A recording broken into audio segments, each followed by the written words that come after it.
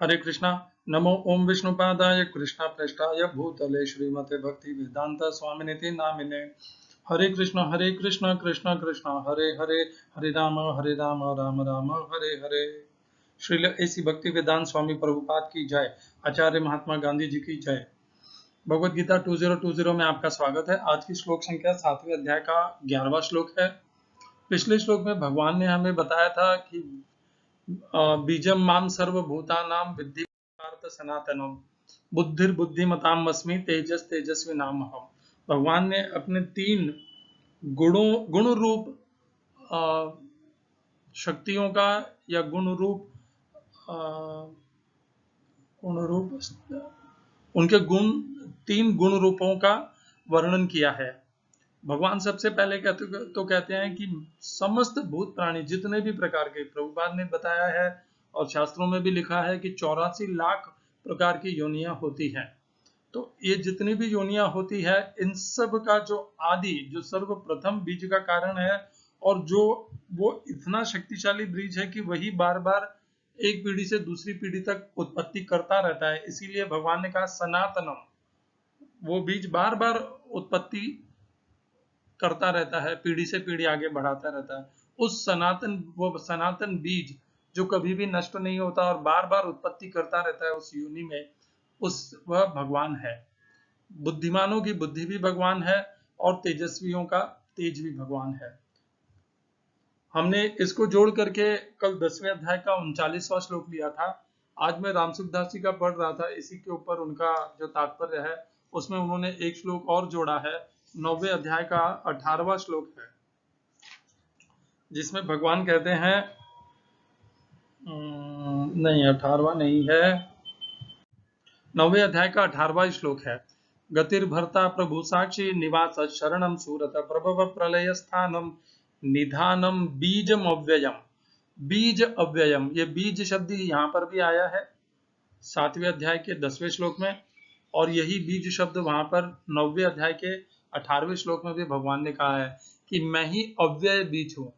अव्यय और सनातन एक ही होते हैं। अव्यय जो कभी भी नष्ट नहीं होता, सनातन जो कभी नष्ट नहीं होता। यही बात भगवान ने 9वें अध्याय के 18वें श्लोक में भी कही है बीज के विषय में, कि मैं ही वह सनातन अव्यय बीज हूं।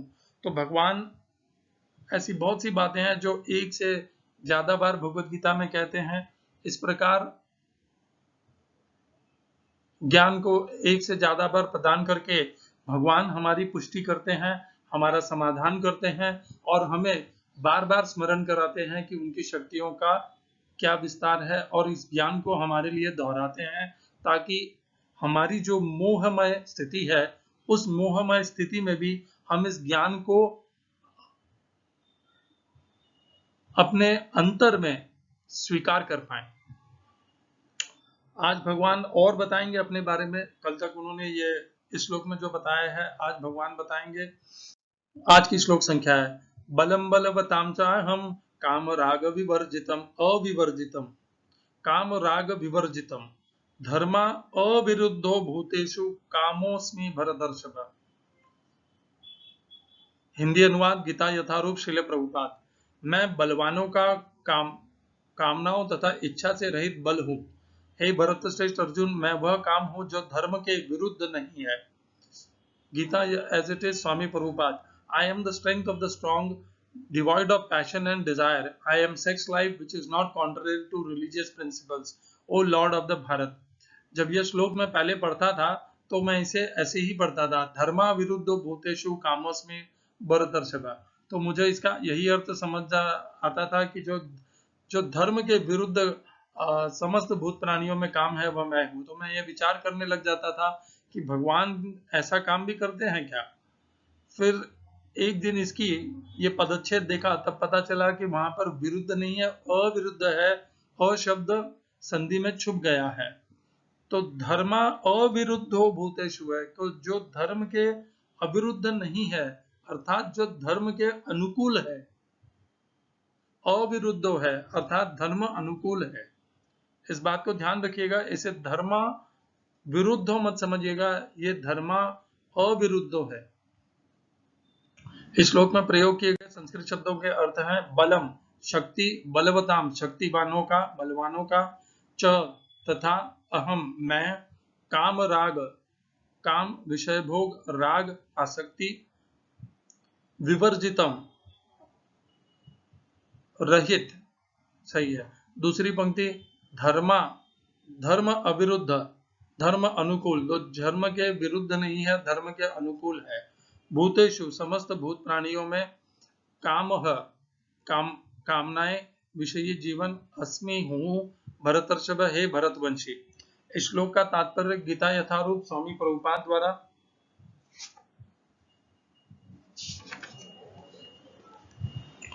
बलवान पुरुष की शक्ति का उपयोग दुर्बलों की रक्षा के लिए होना चाहिए, व्यक्तिगत आक्रमण के लिए नहीं। इसी प्रकार धर्म सम्मत मैथुन संतानोत्पत्ति के लिए होना चाहिए, अन्य कार्यों के लिए नहीं। अतः माता पिता का उत्तरदायित्व है कि वे अपनी संतान को कृष्ण भावना भावित बनाएं। ओम अज्ञानतिमिरन्धस्य ज्ञानाञ्जय शलाकया चक्षुरुन्मिलितं येन तस्मै श्री गुरुवे नमः। एकम शास्त्रम देवकी पुत्र गीतम, एक ही शास्त्र श्रीमद् भगवद गीता, और किसी शास्त्र की आवश्यकता नहीं है, ये परिपूर्ण है। भगवान ने 7वें अध्याय के दूसरे श्लोक में भी कहा है ज्ञानम तेहम स विज्ञानम इदम वक्ष्याम्य अशेषतः यज् ज्ञात्वा नेह भूयो न ज्ञातव्यम अवशिष्यते। और कुछ भी जानना शेष नहीं रह जाएगा इसको जानने के बाद।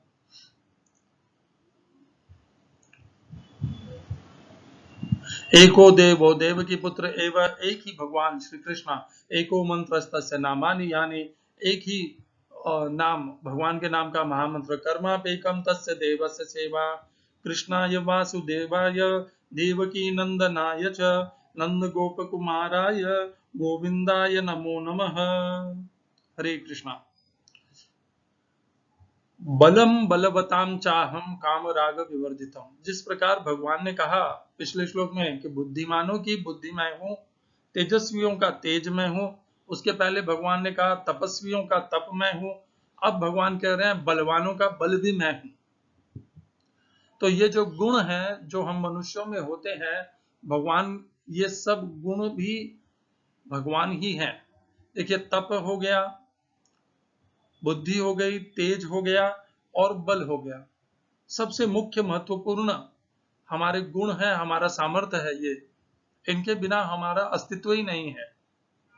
और भगवान कहते हैं ये तुम्हारा अपना है नहीं, ये तो मैं हूं, ये मेरे द्वारा प्रदान किया गया है।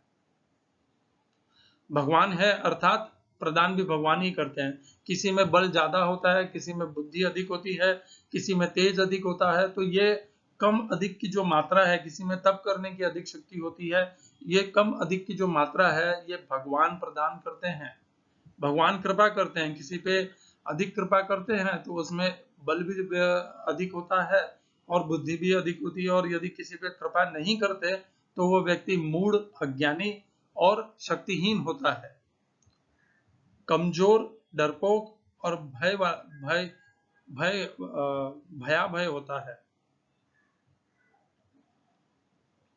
तो भगवान कह रहे हैं बलवानों का बल मैं हूं, पर कैसा बल, वो अब कह रहे हैं काम राग विवर्जितम, ऐसा बल जो काम और राग से रहित होता है। तो बल दो प्रकार के होते हैं। एक बल होता है जिसके आवेश में आकर के मनुष्य काम और राग के अधीन हो जाता है, उसके वश में हो जाता है और फिर उसके वश में होकर के अधर्म करने लग जाता है। इसका श्रेष्ठ उदाहरण है जो हम सबको परिचित है, हम सब जिससे परिचित हैं, रावण। रावण के पास अत्यधिक बल था, उस बल के वह काम और राग के परवश हो गया कि मेरे से अधिक बलवान कोई है ही नहीं, और उसी के कारण उसने वह अधर्म कर लिया, एक सती नारी का, माता सीता का अपहरण कर लिया। ऐसा अधर्म का कार्य व्यक्ति तभी कर सकता है जब उसका जो बल है वह कामनाओं और राग से परिपूर्ण होता है। यदि काम और राग, उससे यदि कामना नहीं होती सीता माता के प्रति, और यदि उसका कोई राग नहीं होता कि मुझे अपनी बहन का प्रतिशोध लेना है, तो वो इस प्रकार का बल होने के पश्चात भी वह इस तरह का अधर्म का कार्य नहीं करता। परंतु बल था उसमें, फिर भी इतना पूर्ण भी बल नहीं था कि वह भगवान राम और लक्ष्मण भैया लक्ष्मण का सामना कर सके। इसलिए बल होते हुए भी उसने चोरी छुपे छल से साधु का वेश बना करके माता सीता का अपहरण किया। जीता भी नहीं, उन्हें अपहरण किया, वो भी छल से। बल तो था उसमें, छल भी था उसमें, और वो बल धर्म वाला नहीं था, इसीलिए छल को प्रयोग में लेता था। इसी प्रकार आप देख लिया, आज के जितने भी राजनेता हैं उनमें बल है, साथ में छल भी है, क्योंकि वे छल का पूरा प्रयोग करते हैं अपनी कामनाओं और राग और इच्छाओं को परिपूर्ण करने के लिए। परंतु भगवान जिस बल का बात कर रहे हैं वो तो सात्विक बल है, पवित्र बल है। वह बल अधर्म के विरुद्ध और धर्म के साथ में सहयोग करता है। और क्या कहते हैं भगवान दूसरी पंक्ति में, धर्मा अविरुद्धो भूतेषु कामोस्मि भरतर्षभ। तो पहली पंक्ति में तो भगवान कहते हैं कि मैं बल हूं, और दूसरी पंक्ति में कहते हैं कि मैं काम भी हूं। तो पहली पंक्ति में भी भगवान ने काम शब्द का प्रयोग किया है, और दूसरी पंक्ति में भी काम शब्द का प्रयोग किया है, परंतु पहली और दूसरी पंक्ति के काम शब्द में अंतर है। काम राग विवर्जितुम, पहली जो पंक्ति में काम शब्द प्रयोग किया है वह कामनाओं इच्छाओं से के अर्थ में प्रयोग किया है, और दूसरी पंक्ति में जो काम शब्द प्रयोग किया है वह स्त्री संभोग मैथुन से संबंधित है। यह वो वाला काम है जिसे पता नहीं क्या कहते हैं, ठीक है, जो भी आप समझ गए हैं। तो स्त्री पुरुष का जो संभोग होता है, जो शारीरिक उनका मिलन होता है, ये उस काम की बात कर रहा है। और जो धर्म के अविरुद्ध हो, अर्थात धर्म के अनुकूल हो, उस प्रकार का काम है। तो पहली पंक्ति और दूसरी पंक्ति को जोड़ करके हम देखते हैं तो पूरा ये रावण पे एकदम सही उचित बैठता है। तो यदि बल होता है और वह पवित्र और सात्विक होता है, तो स्त्री की कामनाओं से, स्त्री के साथ में मिलन और संबंध बनाने के लिए व्यक्ति आतुर नहीं होता, क्योंकि कामना उस प्रकार की है नहीं, और इसीलिए वह स्त्री के साथ जो भी संबंध बनाता है, जो मिलन बनाता है, वह धर्म के अनुकूल ही बनाता है। वह किसी सीता माता का अपहरण नहीं करता, वह कोई छल नहीं करता, वह किसी स्त्री का बलात्कार नहीं करता, न किसी के साथ छेड़खानी करता है, न किसी को सताता है, न किसी को यातना देता है। परंतु जब यही बल कामना के साथ में लिप्त हो जाता है, कैसी कामोस्मी, ऐसा काम जो धर्म के विरुद्ध हो, अविरुद्ध नहीं विरुद्ध हो, जब धर्म के विरुद्ध काम हो जाता है कि ये परस्त्री है होने दो, विवाहिता है होने दो, परंतु यह मुझे बहुत प्रिय है, मैं इसे पा करके रहूंगा, जब इस प्रकार का धर्म के अविरुद्ध का काम मन में छा जाता है, मन को वश में कर लेता है, तब मनुष्य अपने बल का दुरुपयोग करता है, धर्म के विरुद्ध जा करके अपनी कामना की संतुष्टि के लिए स्त्री पर अत्याचार करता है। वही जैसा रावण ने किया, वही जैसा आज के युग में भी स्त्री के साथ हो रहा है। और ऐसी कोई भी हजारों साल का इतिहास है इस मनुष्यता का, उसमें ऐसा कोई भी राज्य नहीं रहा होगा जिसमें स्त्री का शोषण नहीं किया गया हो पुरुष की कामना पूर्ति के लिए। तो धर्म के जो अनुकूल होता है वह काम है भगवान। तो आप भगवान देखिए, यहां तक सब अपने आप को सात्विक अच्छी अच्छी बात बता रहे हैं। भगवान कहते हैं तपस्वियों का तप मैं हूं, बुद्धिमानों का बुद्धि मैं हूं, और तेजस्वियों का तेज मैं हूं, बलवानों का बल मैं हूं, और ऐसा काम हूं जो सात्विक है, पवित्र है, धर्म के अनुकूल है। और इन्हीं का यदि हम विक्षिप्त अधर्म का और तमस का गुण देखेंगे तो ऐसा बल होगा जिसकी भगवान ने 16वें अध्याय में चर्चा की है। तो मनुष्य के पास या तो सात्विक पवित्र बल होगा, सात्विक पवित्र धर्म के अनुकूल काम होगा, और नहीं तो अगर यदि ये दोनों हैं तब तो मनुष्य दैवी संपदा का है, और यदि ये दोनों विक्षिप्त हैं तो वह मनुष्य आसुरी संपदा का है, जिसका वर्णन भगवान ने 16वें अध्याय में किया है। हम इस श्लोक को 7वें अध्याय के 11वें श्लोक को 16वें अध्याय के 2-3 श्लोकों से जोड़ करके अध्ययन करेंगे, क्योंकि यहाँ पर जिस भगवान ने बल का वर्णन किया है 7वें अध्याय के 11वें श्लोक में, वह तो है देवी संपदा युक्त सात्विक पवित्र बल और सात्विक पवित्र काम, और वहां पर आसुरी संपदा में भगवान ने जिस बल और काम का ज्ञान प्रदान किया है वह है आसुरी अधर्म वाला, शोषण वाला। तो मनुष्य के पास यदि बल और काम नियंत्रित नहीं हो तो वह आसुरी मनुष्य को परिवर्तित कर देता है। मनुष्य को अपने बल और कामनाओं पर नियंत्रण अंकुश करना ही चाहिए, अवश्यम भावी है, यह आवश्यक है। उसके कामना ही उसकी मार्ग का सबसे बड़ा शत्रु है। उसे अपने बल, अहंकार और काम इन दोनों पर पूर्ण अंकुश लगाना है, थोड़ा नहीं, पूर्ण अंकुश लगाना है। यदि वो अंकुश नहीं लगाता है तो वह देवी संपदा से परिवर्तित होकर के आसुरी संपदा में चला जाएगा। उसका उल्लेख भगवान ने 16वें अध्याय में किया है। 16वें अध्याय का 2 श्लोक हम पढ़ रहे हैं, 14 तथा 15, 16.14-15। असौ मया हतः शत्रुः हनिष्ये चापरानपि ईश्वरो अहम अहम भोगी सिद्धोऽहं बलवान सुखी आढ्यो बीजनवान्नस्मि कोऽन्योऽस्ति सदृशो मया यक्ष दास्यामि मोदिष्य इत्यज्ञान विमोहिताः। हिंदी अनुवाद गीता यथारूप श्रील प्रभुपाद। यह वह मेरा शत्रु है और मैंने उसे मार दिया है, और मेरे अन्य शत्रु भी मार दिए जाएंगे। मैं सभी वस्तुओं का स्वामी हूँ, मैं भोगता हूँ, मैं सिद्ध, शक्तिमान, बलवान और सुखी हूँ। मैं सबसे धनी व्यक्ति हूँ और मेरे आसपास मेरे कुलीन संबंधी है। कोई अन्य मेरे समान शक्तिमान, बलवान और तथा सुखी नहीं है। मैं यज्ञ करूंगा, दान दूंगा और इस तरह आनंद मनाऊंगा। इस प्रकार ऐसे व्यक्ति अज्ञान व मोहग्रस्त होते रहते हैं। असौ मया हतः शत्रु हो, मैंने, वह मेरा शत्रु है और मैंने उसे मार दिया है। हनिष्य चापरानपि, मैं अन्य शत्रुओं को भी मार गिराऊंगा। ईश्वरो हम, अपनी तुलना वह आसुरी व्यक्ति ईश्वर से करने लग जाता है कि मैं ईश्वर ही हूँ। ईश्वरो अहम अहम भोगी, मैं ही इस संसार में भोग का अधिकारी हूँ। अपने भोग के लिए मैं किसी का भी शोषण कर सकता हूँ। सिद्धो अहम, मैं ही सबसे सिद्ध अर्थात सबसे परफेक्ट, जिसे इंग्लिश में कहते हैं और हिंदी में जिसे कहते हैं सबसे सुव्यवस्थित हूं, और मैं ही सबसे ज्यादा बलवान हूं। वही जो बल जो 7वें अध्याय के 11वें श्लोक में पवित्र और सात्विक था, वह यहाँ पर आसुरी में आकर के अधर्म वाला हो गया है, तमस वाला हो गया है। यह बल दूसरों को, शत्रुओं को मारने के लिए भी आतुर है।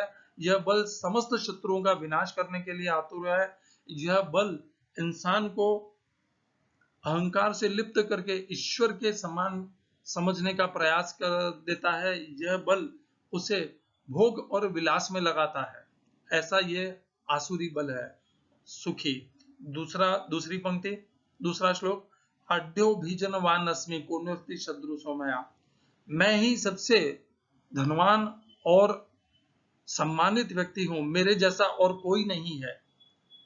यक्ष दास्यामि, मैं यज्ञ करूंगा, दान दूंगा और इस प्रकार आनंद बनाऊंगा, मोदिष्य, मद में रहूंगा। इत्य ज्ञान, इस प्रकार के ज्ञान से वह सदैव विमोहित रहता है। तो आपने यहाँ पर जो बल है उसका तामसिक अर्थात आसुरिक स्वरूप यहाँ पर इस श्लोक में हमें देखने को मिलता है। और इसका एक और उल्लेख भगवान का, इसमें आप देखिए काम भी आ गया है। कामना ऐसी किसकी क्या कामना है कि मैं समस्त शत्रुओं को मार करके विजयी बनूंगा, ईश्वर बनूंगा, सबका भोग करूंगा, मेरे समान कोई नहीं है। ये उसकी महत्वाकांक्षा है, अपने प्रति सम्मान है और वह इस सम्मान का अधिकारी है और सब मनुष्यों को उसका सम्मान करना चाहिए, ऐसी कामना हो गई है उसके अंदर। वह अपने भोग विलास के लिए किसी का भी शोषण कर सकता है। और एक और श्लोक हम लेंगे 16वें अध्याय का 18वां, जिसमें ये आसुरी संपदा के जो गुण है वो एक एक शब्द में बताए हैं भगवान ने। अहंकारम, अहंकार, बलम दर्पम कामम, तो ये दो दो शब्द हैं, बलम और कामम, यही दो शब्द 7वें अध्याय के 11वें श्लोक में भगवान ने बताए हैं सात्विक और पवित्रता से, और इस श्लोक में वो बताए गए हैं तामसिक और आसुरी स्वरूप से। अहंकारम बलम दर्पम कामम क्रोधम से संश्रिता। वह जो आसुरी स्वभाव वाला व्यक्ति है वह अहंकार को, बल को, दर्प अर्थात दूसरों के ऊपर स्वामित्व और घमंड को धारण करके, काम और क्रोध को अपने भीतर धारण करके, संग्रहित करके, संचरिता संग्रहित करता है। मामात्म पर देहेषु प्रद्विषंतो अभ्यसूय कहा, उसकी देह के भीतर जो भगवान स्वयं उपस्थित है तथा दूसरों की जो देह है, मामात्म पर देहेषु, तो और दूसरों की देह में भी जो भगवान उपस्थित है उनसे ईर्ष्या करता है, उनसे निंदा करता है उनकी। मिथ्या अहंकार, बल, दर्प, काम तथा क्रोध से मोहित होकर आसुरी व्यक्ति अपने शरीर में तथा अन्यों के शरीर में स्थित भगवान से ईर्ष्या और वास्तविक धर्म की निंदा करने लगते हैं। प्रद्विषंतो अर्थात ईर्ष्या करना, अभ्यसूय का अर्थात निंदा करना। तो ये बल, आसुरिक बल और काम का प्रकोप है कि वह जो मनुष्य के पास दो उपाय है, या तो वह सात्विक पवित्र बल और काम को धारण करे और धर्म के अनुकूल व्यवहार करे, कर्म करे। यदि ऐसा नहीं किया तो वह बल, यदि उसने उसको नियंत्रित नहीं किया तो वह बल और काम उससे आसुर में परिवर्तित कर देंगे और उससे ऐसा ऐसा पाप कराएंगे कि वह उसी पाप चक्र में उसे भोगने में जन्म जन्म तक लगा रहेगा। आप सबसे निवेदन है, भगवान ने ये जो अपनी शक्तियों का परिचय दिया है, कभी भगवान कहते हैं कि मैं बल हूं, मैं बुद्धि हूं, इन सब का पवित्र सात्विक जो सार है उसे स्वीकार कीजिए, उसे अपने अंदर विकसित कीजिए, उसको अपनाइए, और जो ये तामसिक और आसुरी स्वभाव है इससे ऊपर उठिए। ये हम सब में है, मुझ में भी है, हम सब के सामने यही सबसे बड़ी हमारी परीक्षा है कि हमें इन आसुरी स्वभाव के ऊपर विजय प्राप्त करके दैवी संपदा को प्राप्त होना है, और यही सारा उद्धार है। उद्धरेद आत्मना आत्मानम नात्मानम अवसादयेत आत्मैव आत्मनो बंधुः आत्मैव रिपुरात्मनः। मनुष्य का यह धर्म है कि अपने आप को ऊपर उठाए, इस प्रकार की बल और काम की आसुरी संपदा से अपने आप को छुटकारा दिलाए, अपने आप को छुड़वाए, इनके अधीन नहीं हो जाए, इनके वश में नहीं हो जाए। जो मनुष्य भी इनके वश में हो जाता है वह अपना नाश स्वयं कर लेता है, जैसे रावण ने अपना नाश किया। रावण एक उदाहरण है, दुर्योधन एक उदाहरण है। हमारे समाज में, आज के समाज में जितने भी राजनेता हैं वे सारे इसी के उदाहरण है, क्योंकि मुझे नहीं लगता कोई भी राजनेता धर्म के अनुकूल चलता है। कोई कम चलता है, कोई ज्यादा चलता है, चलते सभी धर्म के विरुद्ध में ही है। और जितने भी असामाजिक तत्व हैं और दूसरों का भाई भाई भी जो एक दूसरे के साथ छल कपट करते हैं, वे सब इसी प्रकार के बल और काम और छल का अधीन होकर के, उनके वश में होकर के अपने ही संबंधियों के साथ, अपने ही परिवार और कुल के साथ छल करते हैं, कपट करते हैं, षड्यंत्र करते हैं। ऐसा नहीं करना चाहिए, ये आसुरी संपदा है।